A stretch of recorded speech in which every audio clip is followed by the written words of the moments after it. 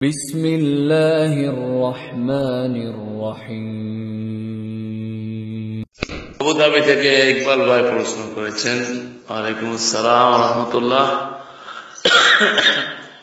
আপনি বা আপনারা তারাবির নামাজ চলাকালীন ঈশার নামাজ পড়তে পারেন নাই, জামাত চলছে তারাবির, এমতো অবস্থায় করণীয় নফল আদায়কারীর সাথে ফরজ আদায় করা যায় মর্মে দলিল আছে। আমার লেখা 101টি ভুল অনলাইনে দিয়ে আছে, দেখবেন ওখানে দলিলটা দিয়ে আছে।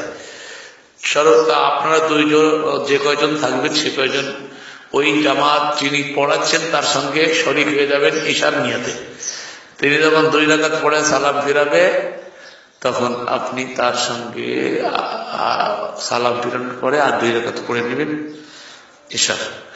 আল্লাহ আল্লাহ সালাত হয়ে যাবে ইনশাআল্লাহ।